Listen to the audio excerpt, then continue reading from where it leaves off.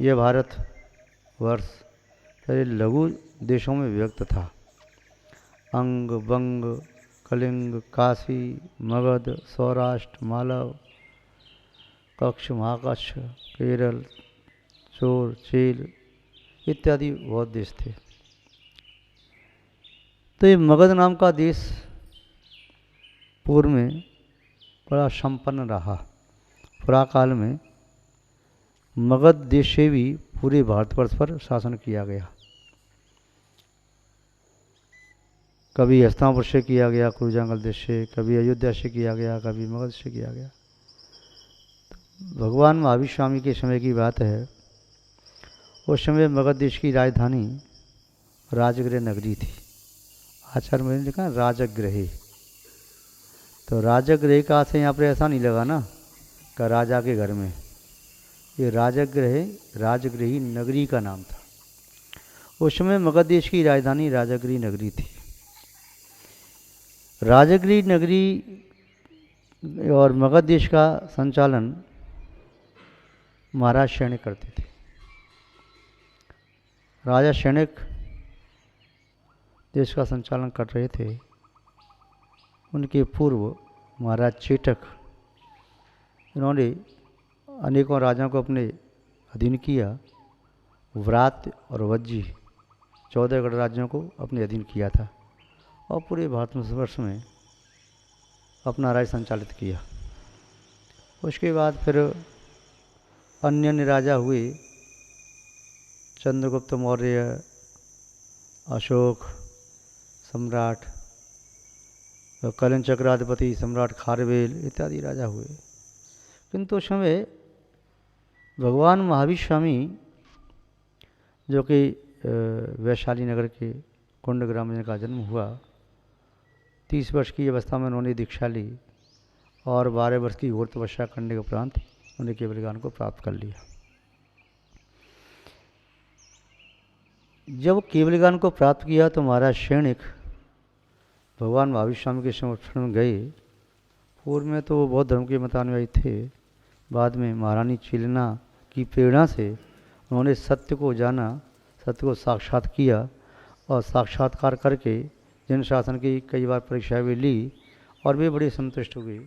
फिर उन्होंने जैन धर्म को स्वीकार किया, 6वें समदृष्टि बने और भगवान महावीर स्वामी के समर्थन में 6 समदृष्टि बने। तो वे अनेक बार भगवान महावीर स्वामी के समर्थन में वंदना करने के लिए गए और अपनी जिज्ञासाओं का समाधान लेने के लिए भी गए। एक बार जब वो जा रहे थे तो उनके हाथी के पैर के नीचे एक मेढक आ गया।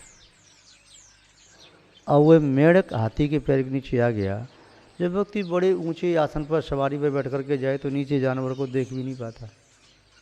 और हाथी के पैर के नीचे मेढक आएगा तो मेढक तो मृत्यु को ही प्राप्त होगा। मृत्यु को प्राप्त हो गया। मृत्यु को प्राप्त करके वह देव पर्याय को प्राप्त हो गया। अब राजा सैनिक भगवान महावीर स्वामी के समर्थन में पहुंचे तो राजा सैनिक ने वहाँ पर एक देव को देखा। उस देव को देख करके उसके मन में बड़ा कौतुक हुआ।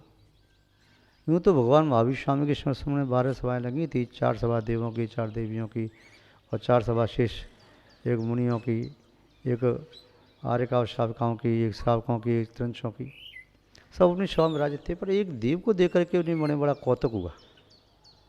इंद्रवती गौतम को दर्शन उन्हें प्रक्षणा की। सबने हाथ जोड़ के नमस्कार किया कि प्रभु ये देव बड़ी दिव्य कांति वाला है, महान रिद्धियों का धारक है, किंतु इसके मुकुट में मेढक का चिन्ह, क्या कारण है?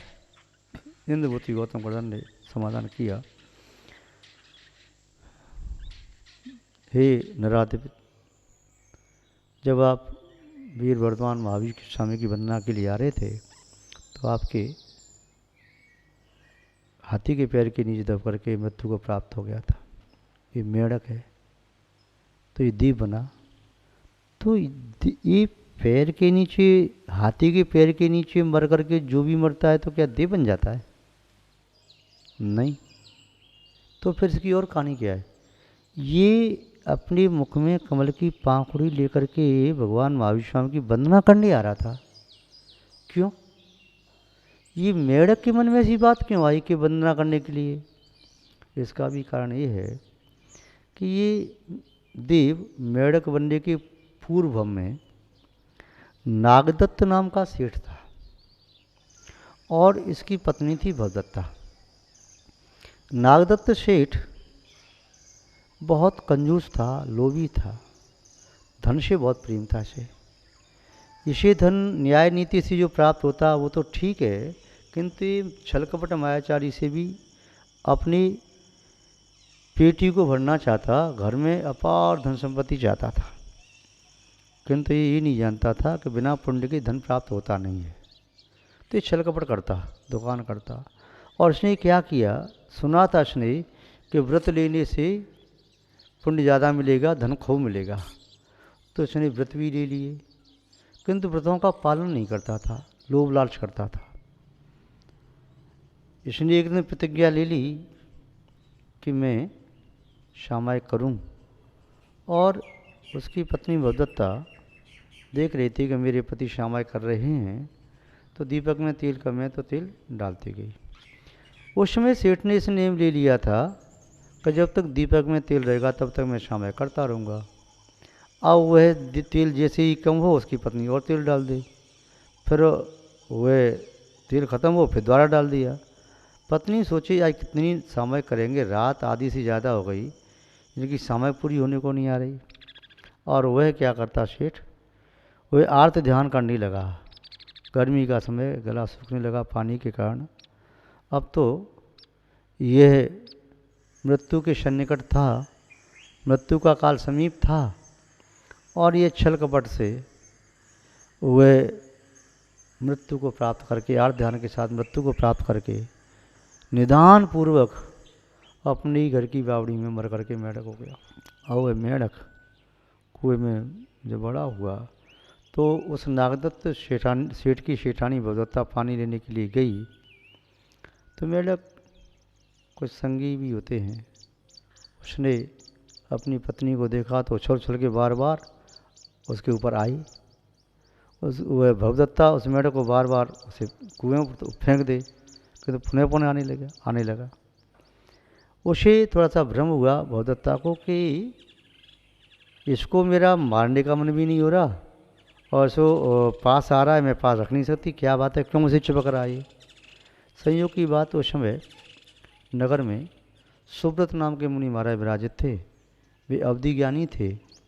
तो भवदत्ता सेठानी ने सुब्रत नाम के मुनि महाराज से पूछा, महाराज हमारे घर की बावड़ी में मेढक है, और बहुत से मेढक हैं, वे तो सामान्य, पर एक मेढक मेरे पीछे पड़ा हुआ है, क्या बात है।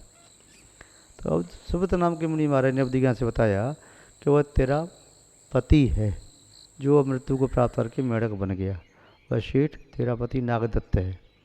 अच्छा, बोले तो क्यों आ रहा है, बोले तुझे देख के उसी जाति क्षण हो गया है, और वह आर्त ध्यान से प्यास से मर करके मेढक बन गया। इस प्रकार की घोषणा पूरे नगर में करवाई, ढोंडी पिटवाई। तो आपके द्वारा वह घोषणा किए जाने से उस मेढक ने भी उस घोषणा को सुना, और घोषणा को सुनकर के वह भी वीर वर्धमान स्वामी की वंदना करने के लिए उत्सुक हुआ। और वह वंदना करने के लिए जब वह आ रहा था तो उसे ज्ञात है कभी भी देव दर्शन, गुरु दर्शन या नैमित्तिक आदि से मिलना हो तो खाली हाथ नहीं मिलना चाहिए। इसीलिए वे अपने मुख में कमल की पाखुड़ी दबा करके लेके जा रहा था।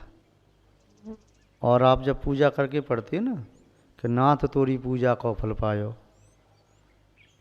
मेढक कमल पाखुड़ी मुख में वीर जिने सुधायो, शयन के गज के पगतल मुँहो तुरंत स्वर्ग पद पायो, नाथ तोरी पूजा को फल पायो। आप जो पढ़ते हैं कि राजा शयन के हाथी के पैर से मर करके स्वर्ग के फल को प्राप्त